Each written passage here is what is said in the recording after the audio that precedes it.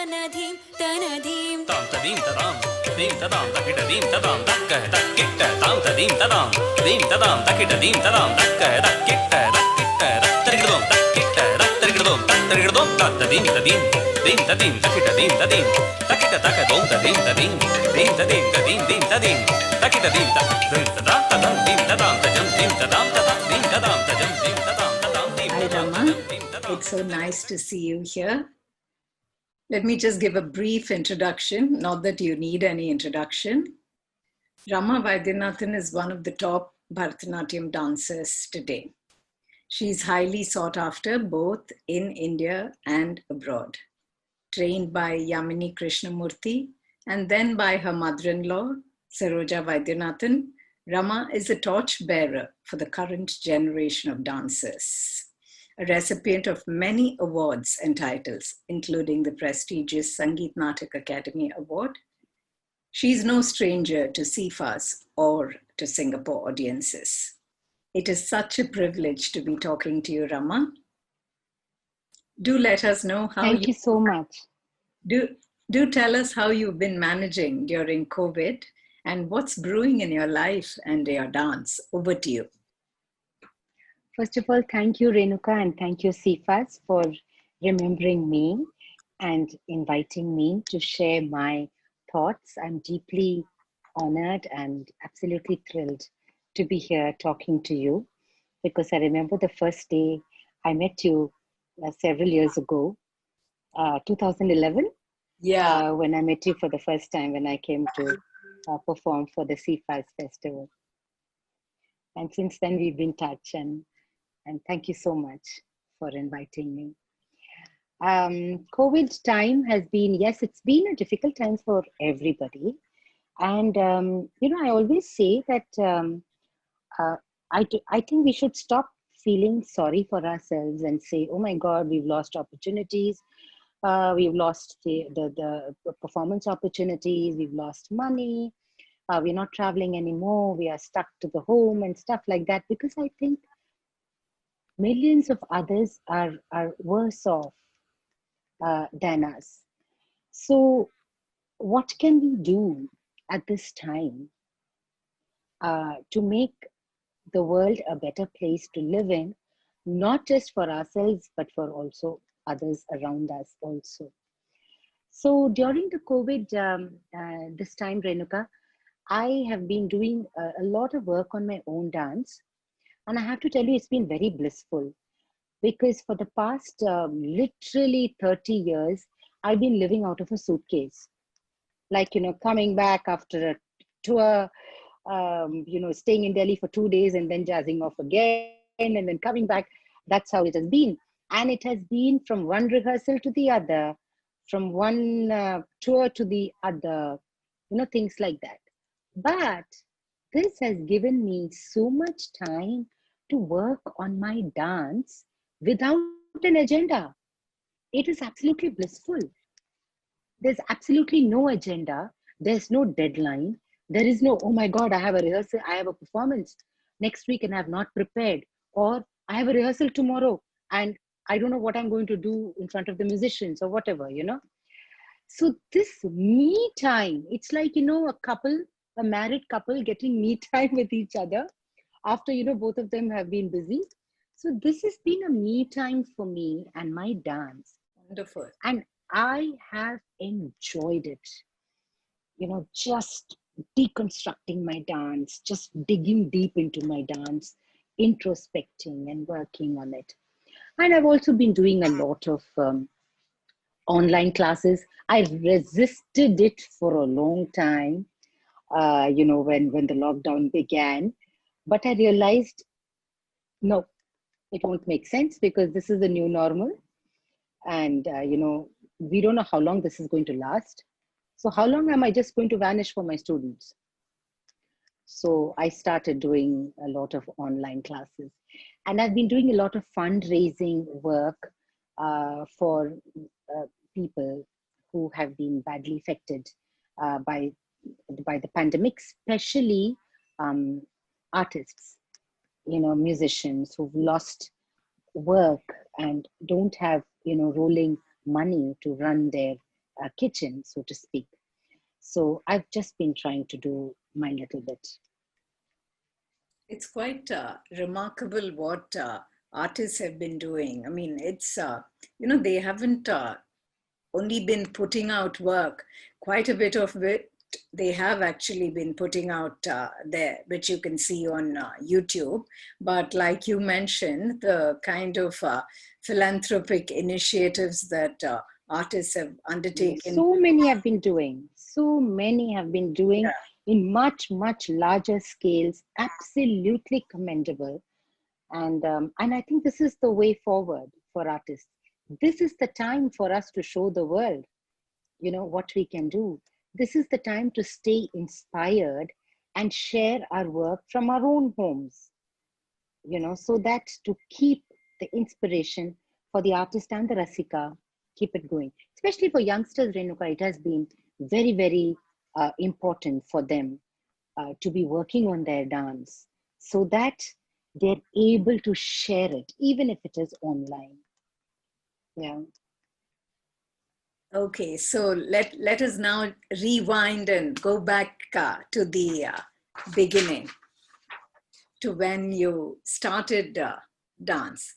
Let's talk about your home and childhood and how you came to be in this position today. I know that your mother was a great influence in your dance journey. Why don't you share with us some part of that dance journey that has led you to where you are today? So I'm the fourth child of 4 kids. So you can imagine the spoilt brat of the family. I have 2 elder sisters and 1 elder brother. And I was born in Pune, Maharashtra, because my father was in the army. My parents are from Palakkad, Kerala. But I never lived in Kerala because my father was in the army, and you know that you need to keep traveling. So he was posted in Pune, and that is where I was born. But the night before I was born, my mother was expecting me, and she heard that a very, very big dancer was coming to perform. And my mother was crazy about dance.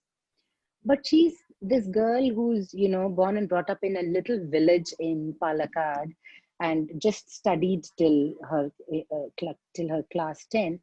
But she developed herself over the years. She took a lot of courses in the Bhagavad Gita and the Narayanyam and started herself giving discourses in the spiritual scriptures.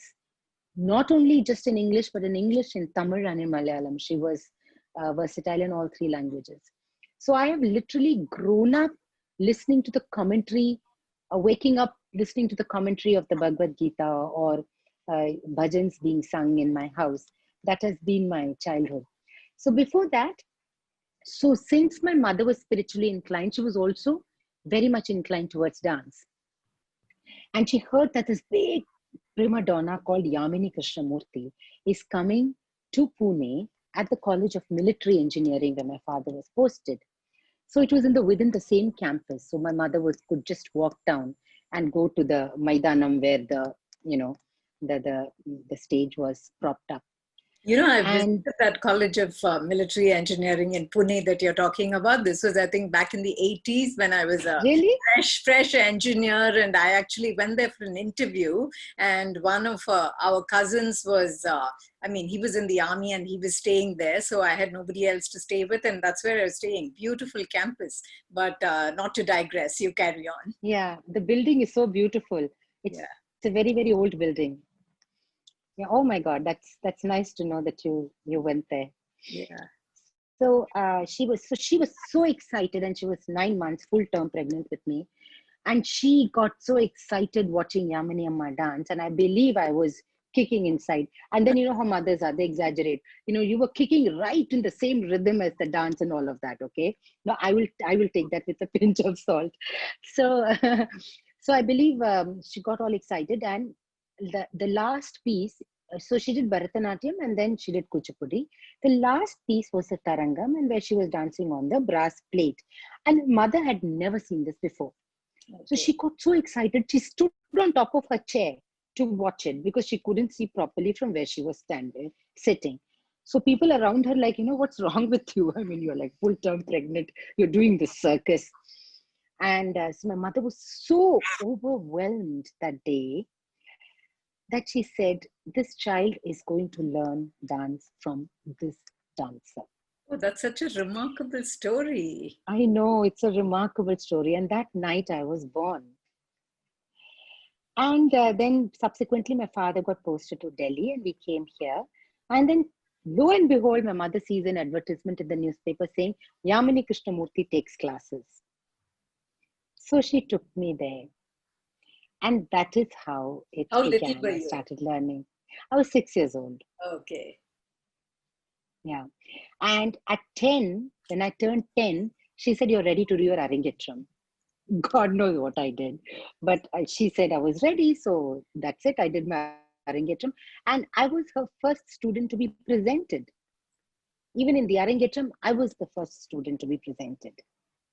How nice. So, yeah. So my mother has been a huge influence. And till the time she went away, which is about 4 years ago, she was my major resource person. Giving me meanings and giving me rare shlokas from the Upanishads and, digging out verses that lend itself to beautiful dance imagery. Yeah. And how did you get to learn from your mother-in-law, Saroja Vaidyanathan? So, Was it after the wedding or was it before? no, it was after the wedding. So I was 16 when I fell in love with him, with my husband. And it turned out that his mother was a dancer. See, I mean, they yeah, talk it's about totally fate, right? So for you, this path was actually predestined for you.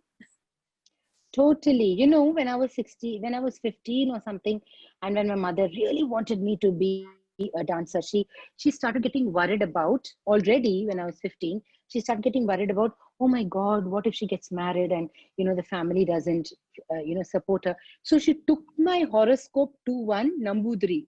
In Kerala, it's the Nambudris who, they're very, very good astrologers. So she took my horoscope to the Nambudri and asked him, what will happen to this child? Will she, take up dance after marriage and things like that? So he one look at my horoscope and he said, looked at my mother, and in Malayalam, he said, don't worry. Even if she wants to leave dance, she cannot. That's the kind of family she will get. And that is so true, I'm in a family that I better dance. I have to dance. So, and I have to take this legacy forward. So that is what happened in 16. I fell in love, and it just so happened that his mother was this renowned dancer and guru.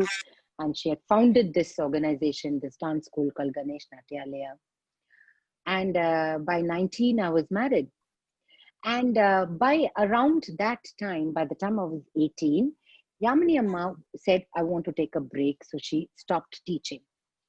And so that is how, I got married and I started learning from Amma. So which was very good because I learned both banis of school, both traditions, and the whole Kalakshetra style from Yamini Amma. The whole Kalakshetra repertoire from Yamini Amma, because she learned in Kalakshetra. The little bit of the Kittappa Pillai repertoire because she learned from him. Little bit of her own repertoire that she created. So I had a wealth of repertoire by the time I was 18. And then Amma taught me the full Katamanar Muthukumaran Pillai legacy, her repertoire. So by the time I was 19, 20, I had huge material, to work with, to dance. And that is how I began. So I think the decision to become, yes, dance is my life, I think was on my wedding day. It was sealed on my wedding day that, yes, this one is going to become a dancer, nothing else. Oh, that's such a wonderful story to hear. And so moving on from there, what I'd like to ask you is, you're a dancer from Delhi. And as we all know, Chennai is the citadel for the arts, for music and for dance. And you came as a dancer from Delhi. How has your experience of dancing as an outsider in Chennai been? Did Chennai just embrace you completely, or has that been a process with you? Do share with us that journey as well, because we hear so much about Chennai being so closed, and all the artists have to be born and brought up there and practice there, and they don't really give a chance to outsiders. But that doesn't seem to be the case with you. Yes, Renuka, there was a struggle. I mean, I won't say it was a cakewalk, because I was this girl, Malayali girl, though with the Vaidyanathan surname, but I was a Malayali girl from Delhi. And initially, I had 5 people sitting in the audience, or initially it would be that they wouldn't even respond to my phone calls or my letters asking them to give me an opportunity to perform in their sabhas. And I've even heard of cases like, Ayu our Delhi Linde, what is she going to do Bharatanatyam? Things like that. But I remained dogged, really steadfast in my determination. Every single year in December, I would just park myself in Chennai. And I would go around watching performances, and whatever little performance I got, I would perform. And it is literally step after step after step, painstakingly, I climbed the ladder. Once I was sitting in a sabha, and I was performing in that sabha the next day. So there were 2 mommies sitting behind me, and they were discussing what is the program next day. In Tamil, they were discussing. So they said, who is it? Oh, it is Rama Vaidyanathan, Delhi potrukku. No, it's Delhi. So the other mommy said, ஐயோ தெரியாது, எல்லாமே பஜனா பண்ண போறா, டெல்லில இருந்து வந்திருக்கா. So I mean, I don't know what she's going to do. She's going to do all bhajan and Hindi stuff. I don't think she's going to do anything traditional because she's from Delhi. So I turned around and I said, Namaskaram mami, நான் தான் Rama Vaidyanathan. I said, நாளைக்கு நான் வந்து தமிழ்ல தான் பண்ண போறேன், எல்லாமே தமிழ் தெலுங்கு தான் பண்ண போறேன், கவலைப்படாதீங்க. So don't worry mommy, I will do everything in the traditional repertoire, and I won't do anything in Hindi. So this is, oh, neenga tha Rama Vaidyanathan, sorry. And now those 2 mommies have turned out to be my biggest fans. So sweet, they come for all my performances. So this is how, one after the other, I gained acceptance, and I gained a recognition. And I have to say that it was the connoisseur from outside Chennai who would come to Chennai every December, like people from Singapore, people from Malaysia, people from America, people from Europe and Australia. They all congregate in Chennai. It is this group of people who started buying a ticket and coming for my performances. And that is how the word spread. And that is how the local Chennai people started coming. And I also got a lot of support from the senior dancers in Chennai, a lot of senior dancers who supported me. So I think, but they didn't support me immediately. They first waited, saw my worth, saw what I did, saw my work, and then they, gave their nod. So it definitely has been a long journey, but when it did embrace me, it embraced me beautifully and tightly and all-encompassingly. I have to say that. So I think the key is not to lose heart, Renuka, because nothing is going to fall on your lap.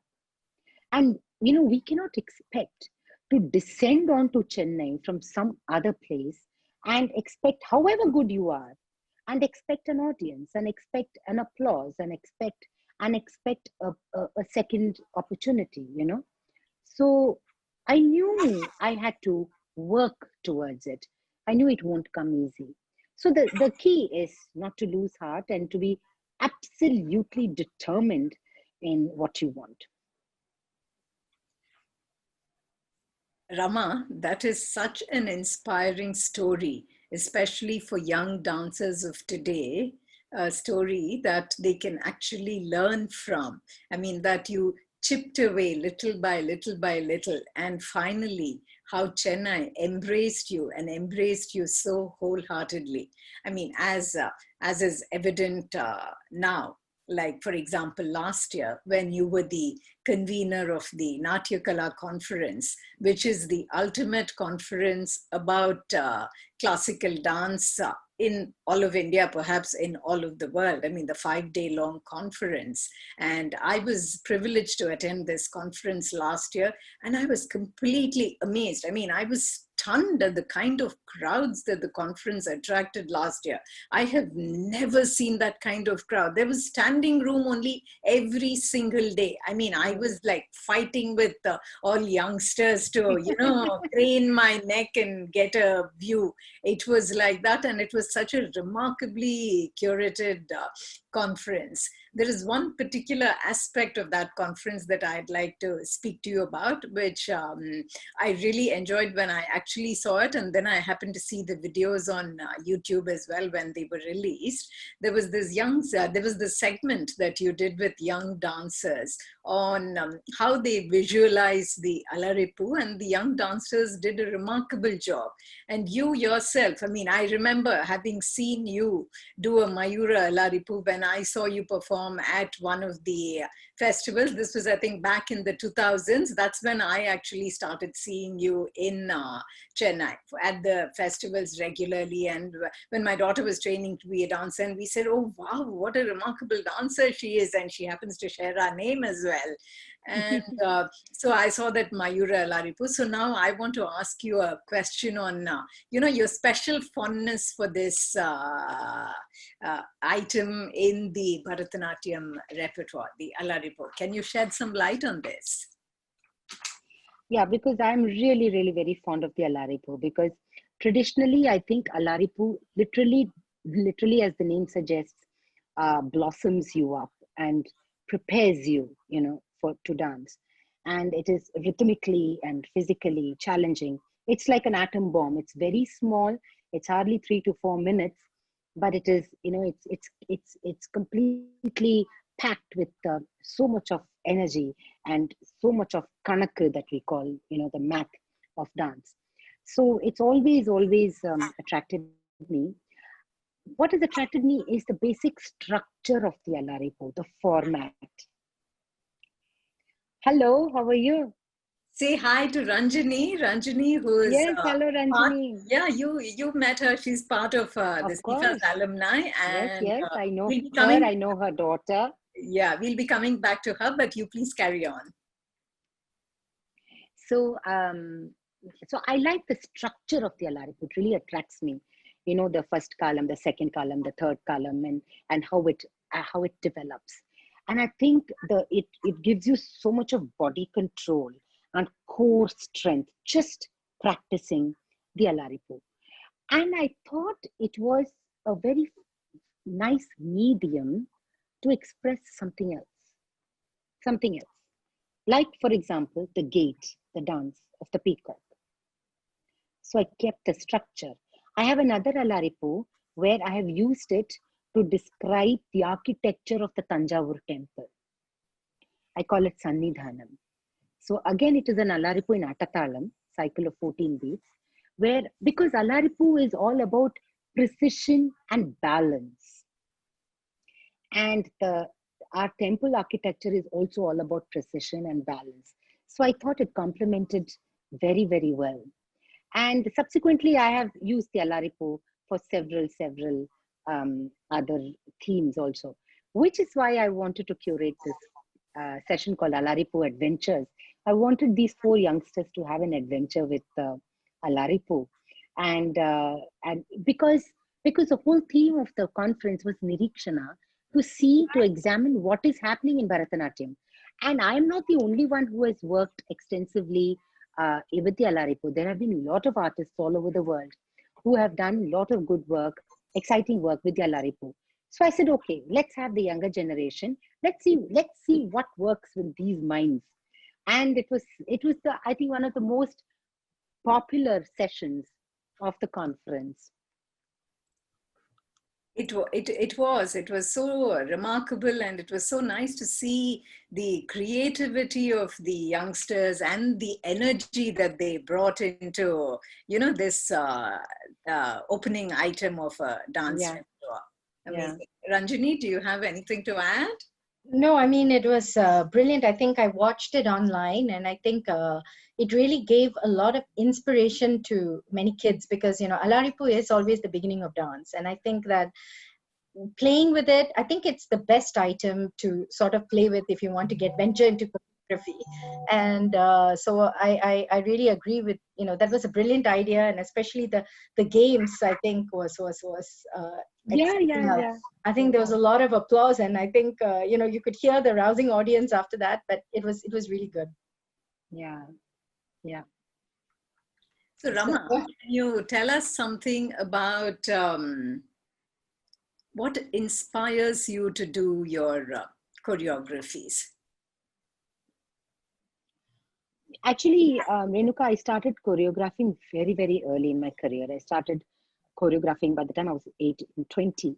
I was choreographing simply because I just love the process of the choreography, because it's like a journey for me.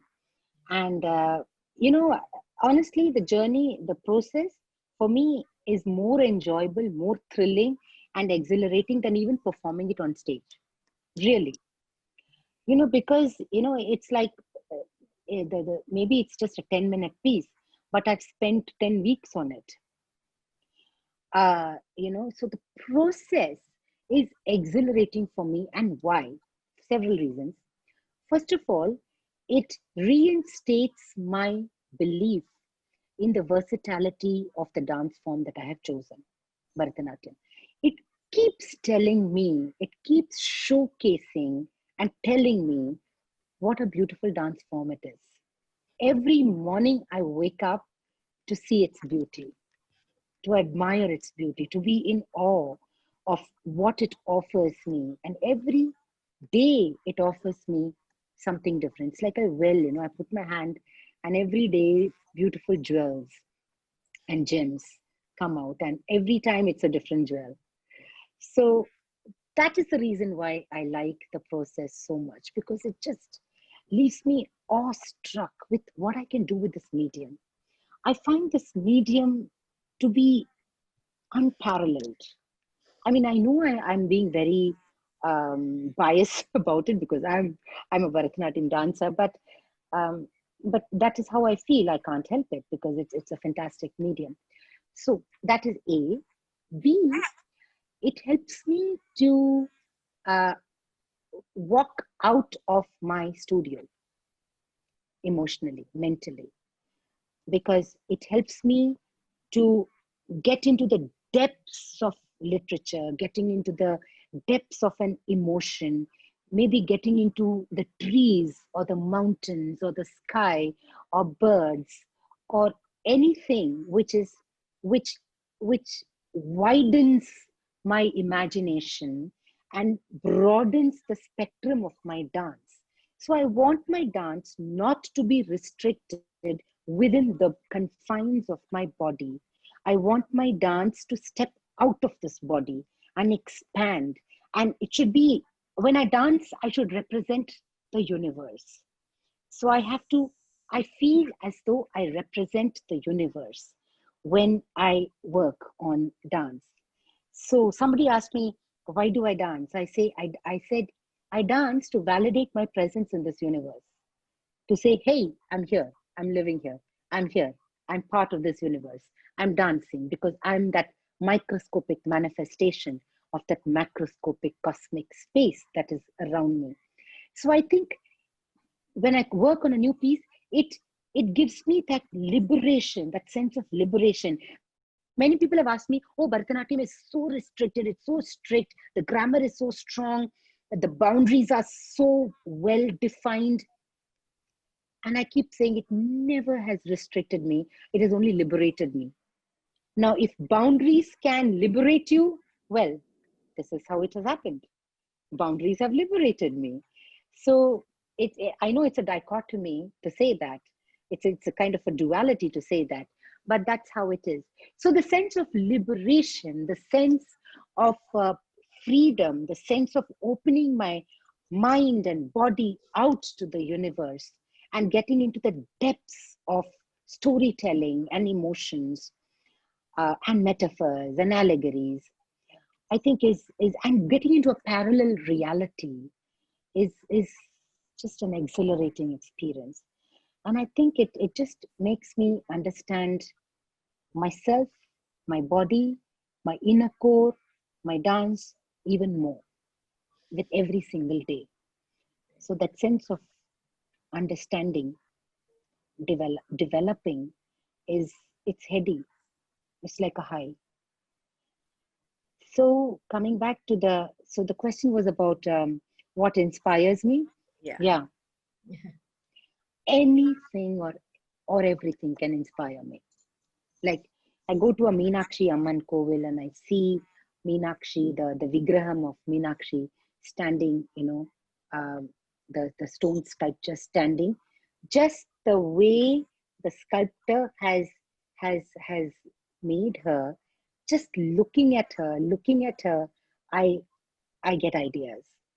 Or I can see, or maybe I can just see maybe the pallu of a sari, and it'll be beautiful, and it'll give me an idea. It'll give me a starting of some movement. And of course, literature and sahityam and philosophical concepts. They have always inspired me to create a lot of pieces. And not just philosophical concepts, the hidden meaning behind a lot of stories. So instead of just being narrative, I like to bring out the hidden meaning of all our mythological stories. So that's what, anything that can lend itself to visual imagery, anything that has caught my attention, anything that allows me to get into this journey in the state of mind that I am right now. It depends on what state of mind I am at this present state. And how do I react to poetry? Maybe tomorrow I may not react to the same poetry as I reacted to it today. So I allow my heart to speak and I just listen to my heart. But I've also made mistakes. So people ask me, how do you know that this is the right thing to do? Because I tell them, because I've done the wrong thing. So when you do the wrong thing, then you know that this is not to be done. So then you do the right thing, right? So since I've been choreographing for so many years, I've fallen flat on my face, literally, messed up and come out with complete trash work and then understood it and then reworked it. And so it's just trial and error, and I've walked the path. So that is how the process has been for me. I can actually so completely relate to what you're saying. Though I'm not a dancer, but I'm what you call one of those, rabid dance rasikas, dance paityam, if you will. A very, very knowledgeable rasika, I will say. So it is, this form is so beautiful. I can just go on looking at it. You can make hundreds of mistakes, but the form itself is so wonderful that it's so captivating. One can just go on looking at it. Ranjini? There is that beauty in Bharatanatyam, and Ramaka, your choreographies have always inspired so many of us. So I think whenever we've used to see, and I think that comes about that passion that you just spoke about. I think it always comes out in your choreographies. And I think that's what makes it very different, because it really comes out, and it's just, watching it, it's so beautiful. So Yeah, Thank you so so much. Thank you. that brings me to the next question. I mean, your Yeah. passion for Yeah. choreography and for the form itself makes you actually one of the most technically sound dancers today. Recently, I read an article in the Hindu about the Aramandi and how important it is. So, can you just tell the viewers a little bit about how important technique is, and does one transcend technique at a certain point and go beyond it, or one has to always firmly be entrenched in technique? Okay, so I have a theory here, and my theory is work hard on your technique. Be absolutely self-critical, because self-study in developing your technique is crucial. You may have the best guru, the best teacher, guide, telling you what is wrong, but ultimately it is you, no one else. You who has to push yourself. You have to push yourself to getting that correct stance, that correct Natya Rambam, that correct Aramandi, that core strength, that spine being absolutely straight, that perfect kirtakatari, that perfect walk. So it is you have to work on your body. Your guru can tell you 1,000 times, but it's ultimately your self-critical and your self-appraisal and your self-motivation that is going to work. So my theory is that work hard on your technique, make it strong, and spend about 10 years, strengthening your technique, not just in Nritta, also in Abhinaya, because Abhinaya also requires technique.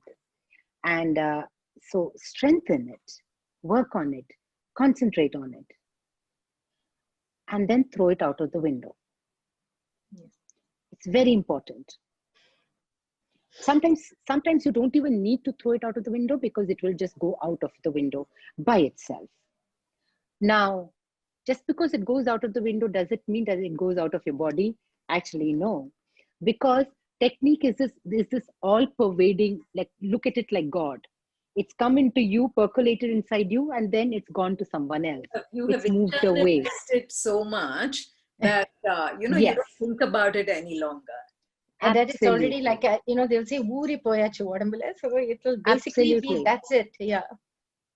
And then after that, when you're on stage, you cannot be thinking of, okay, am I doing a proper Aramandi? Or look at me, I am dancing the proper technique of Bharatanatyam. Look at me. So this whole thing of look at me, how well am I dancing, is not going to work. After that, after you've transcended technique, like you said, it is all about your soul which has to dance now. And your body is just the medium. Just you need to use your body as the medium of your thoughts, of your innermost core that is dancing, that is telling a story, that is emoting. The body is just the medium. So I think we all need to work towards that state in dance. Ranjani? Yes. Now it's over to you to ask Rama some questions that you would like to ask as a dancer and also as the head of the alumni in SIFAS. Over to you. Sure. Thanks, Renu. And thank you, Ramaka, for doing this with us. I just have a few questions for you. One is, what I wanted to ask you is, you performed for the SIFAS festival in 2011. And I think you visited so many times Singapore. And of course, we have interacted with you very closely during DIAP. So what has been your experience performing in Singapore and in other countries abroad as against to performing in India? So maybe you could share a little bit with us on that. Okay. Actually, for me, if I'm just going to look at Singapore, I have to say performing in Singapore for me is as much fun, as much excitement, and as much tension because tension is nice sometimes. It's good to be tensed. As much tension, as much fun, as much excitement as I would have if I was performing in India. Because I think the whole ethos of understanding dance and understanding Indian culture and music and dance is so well informed, and well percolated in the Singaporean Rasika, that it is so much fun and excitement to dance in Singapore.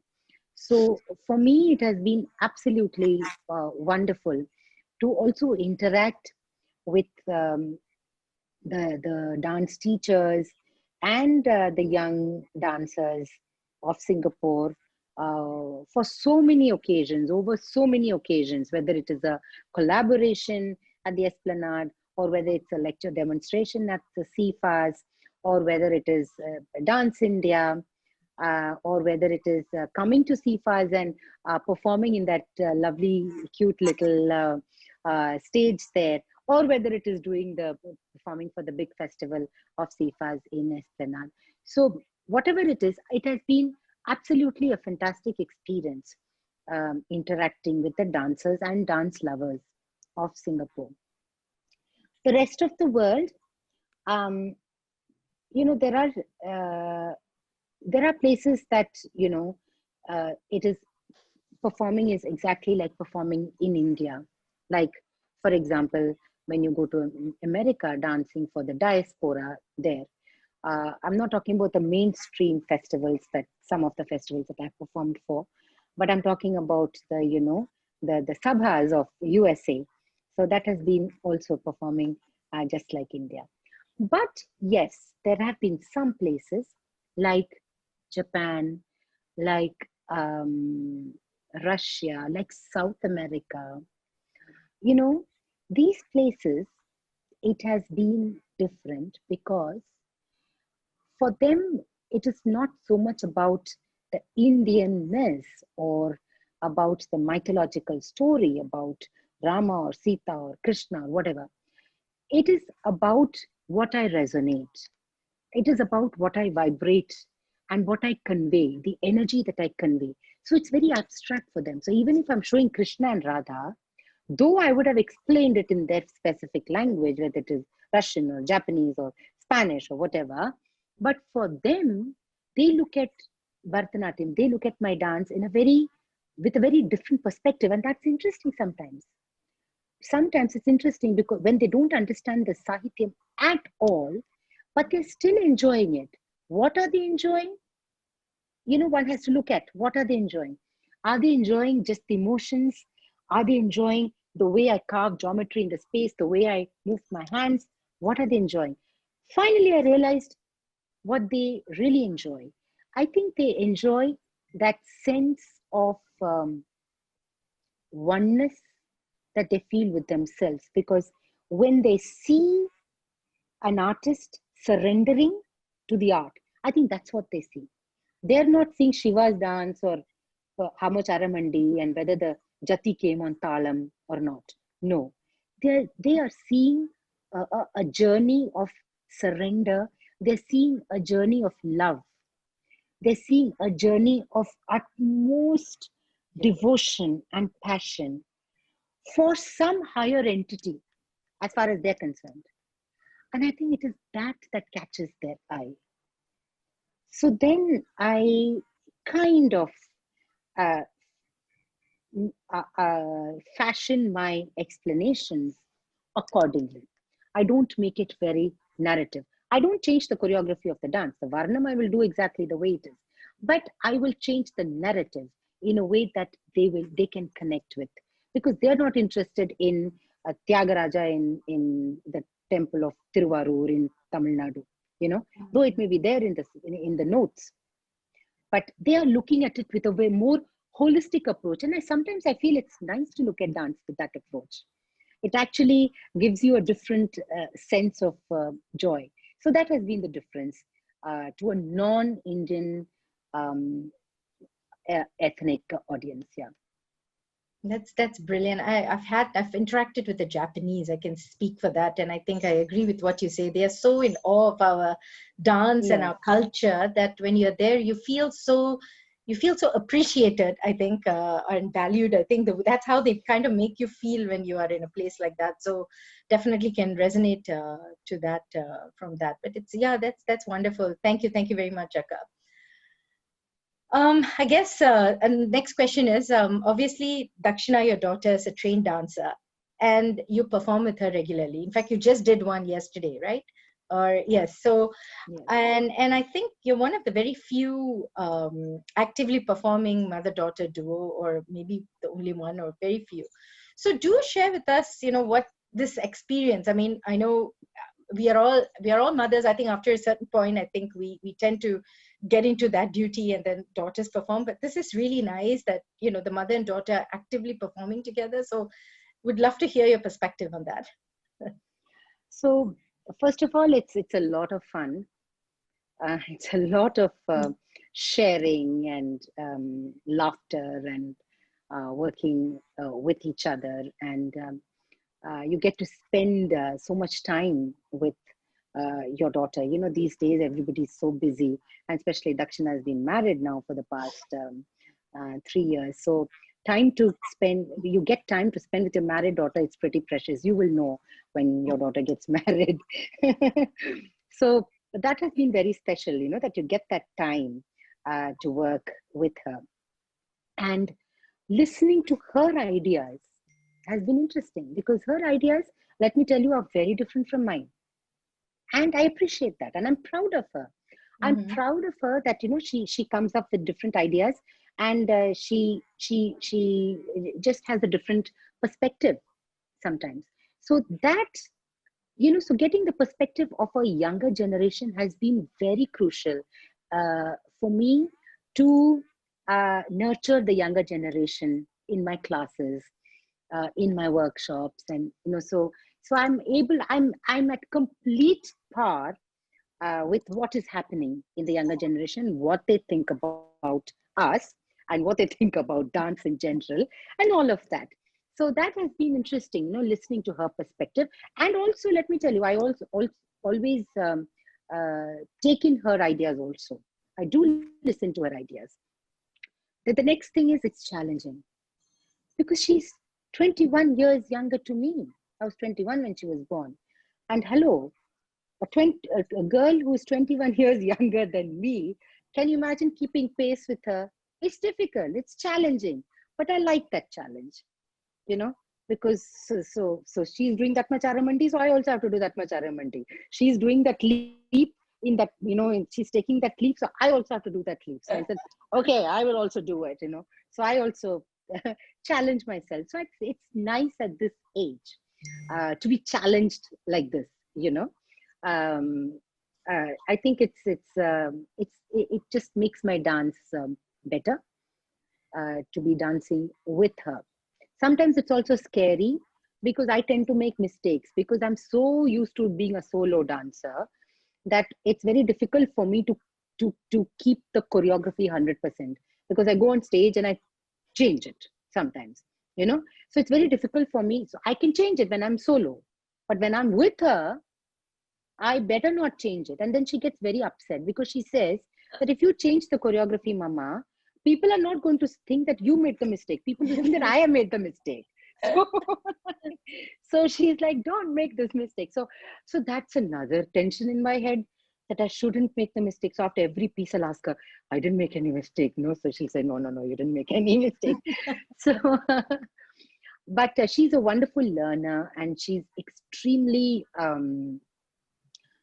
she gives me my space. She always listens to what I have to say.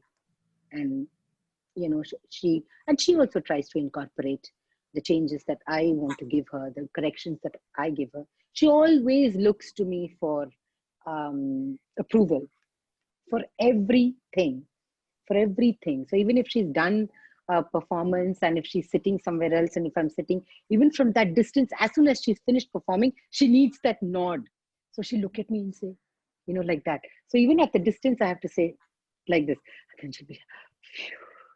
And she said, thank God. So Mama is approved, So she looks at me for approval. And I'm also very critical. I think all gurus are. They tend to be critical. But I'm not overcritical of her just because she's my daughter. I'm overcritical of all my students. So I push them. I challenge them a lot. That's thank you so much for that. I think it's good to know that, because I think the general misconception, or to a lot of moms, I think, is moms who are dancers, is that generally they say it's hard to teach your own child. So, but there are that few exceptions. So there are. Yeah. When she used to learn dance with me, she used to call me ma'am in class. And then after class is over, then she'll revert back to mama. So that is how she was. So it's like a teacher come mom. So, you play dual roles all the time. So interesting. Very nice. Ranjani, it will please you to know that, last year, or just these, the 6 months that have gone by, it seems like such a long time, because we've been living in a surreal world. So in the January Music Academy Dance Festival, it'll please you to know that Rama was adjudged the best senior dancer, and Dakshina was adjudged the best junior dancer this year. Amazing. I know. The minute I got to know, the first thing was, oh my God, people are going to think it's rigged. That's the first thing I said. I said, oh my God, I'm not telling this to anybody. But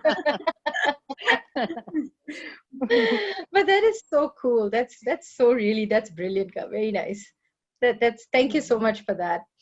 Anyway, my next question is, you're kind of aware about SIFAS and some of the work SIFAS, our students, alumni, we've all been doing in dance. So maybe some words of guidance from you. What can we do better? How can we enhance our standing? Any words of wisdom for us, for us? Basically, I think the dancers in SIFA and the teachers in SIFA are so dedicated. And I have had the opportunity to visit the premises so many times, to even visit when classes are on, and also interact with a lot of teachers and interact with a lot of dancers. I think they're already so dedicated and interested, and SIFAS gives them so many opportunities to blossom and bloom and move forward. Just I would say two things. One is that I would ask them to be patient and continue working on that authentic technique building process, because there's no shortcut to that. And I know they're doing it. There is no shortcut. It is always the difficult way, which is the best way. And the other thing that I might suggest is that, the tradition of solo dance is dying in Bharatanatyam. And I think organizations like SIFAS can, because everybody cannot become a solo dancer. Because, and it's not possible, and it is fine. And if you do not become the star solo dancer, and if you're an ensemble dancer, that is also fine, because I think everybody has different ways of expressing their artistic preferences, and everybody's capabilities everybody expresses according to their capabilities. So I think dancers, there are a lot of ensemble dancers, there are dancers who do a lot of group work and duet and things like that. But I think wherever you find the potential of somebody who can become a solo dancer, or a dancer who is expressing interest in taking this forward as a solo dancer, because see, being a solo dancer in Bharatanatyam is a whole different ball game. It's a whole different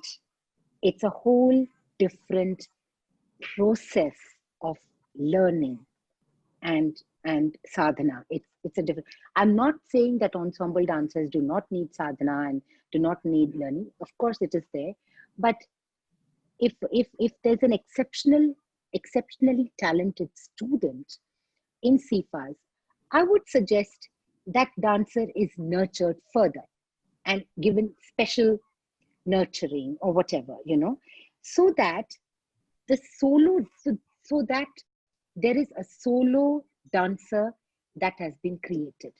Because if you look at all our Bharatanatyam gurus, each of them, after years and years of dedicated hard work, teaching, are able to, produce just a handful of solo dancers in their whole lives. I am thinking in my life, if I go away from this earth, implanting maybe 2 or 3 solo dancers, in this universe, I'll consider myself I've done some kind of justice. So I think the tradition of solo dance has to be nurtured. You have to make an effort to nurture it, to preserve it. And I think organizations like SIFAS can definitely do it. Yeah, and I agree in that, and I think that's the direction I think we're trying to head, into performances and more opportunities, and definitely this is a great point that it'll be good for us to take it back and how to see, we'll revisit it and see how we can get that better, right, Renu? Yeah. And, you have sort of answered the final question that I meant to put across to you. That is, as a role model to so many young dancers today. And what comes to my mind is again the same Natya Kala conference that you convened last year. And I mean, that was itself testament to your popularity and to the heights that you have reached in dance. So I wanted to ask you what advice do you have for young dancers in SIFAS and in other places? But you have more or less answered that question over this conversation that we've been having, and it's been such an absolute privilege and pleasure to talk to you, and your passion and dedication came through so wonderfully, and I'm sure dance students and other Rasikas who watch this will be completely awed by what you've had to share with us. And I'm hoping that we can perhaps at SIFAS initiate a kind of dance week. I mean, do something akin to the Natya Kala conference in Singapore. That would be something. Let's hope that happens someday, Rama. Yeah. Yes, and, absolutely. let's hope that there is a light at the end of this COVID tunnel for all of us, and that we've all learned to become experts at digital right now. Let's put it that way. Yes, I know. Creativity and brilliance notwithstanding, but we want to see you again on big it's real stage. Yeah. So let's hope that happens sooner rather than later. Thank you very much, Rama and Ranjani. It's so wonderful to have you with us, because you are the dancer. I mean, I'm just an outsider, a Rasika. I represent the Rasika world, and you represent the dancer, and you're actually similar to Raman that you're training your daughter as well. So perhaps you and your daughter should dance together. Yes. By Raman, you have to become an active performing duo as well. What do you say to that? Yes. I don't know, hopefully down the line, but as of right now I'm taking on the mom role, but definitely dumb time. But no, Ramaka, it's been a pleasure, and seeing you in close proximity, we've all learned so much, whether it's my daughter, the alumni, and the whole community at large. And I think it has been a blessing to have you back. So it is great to also now see you on this platform and be able to talk to you like this. Thank you. It's been an absolute honor.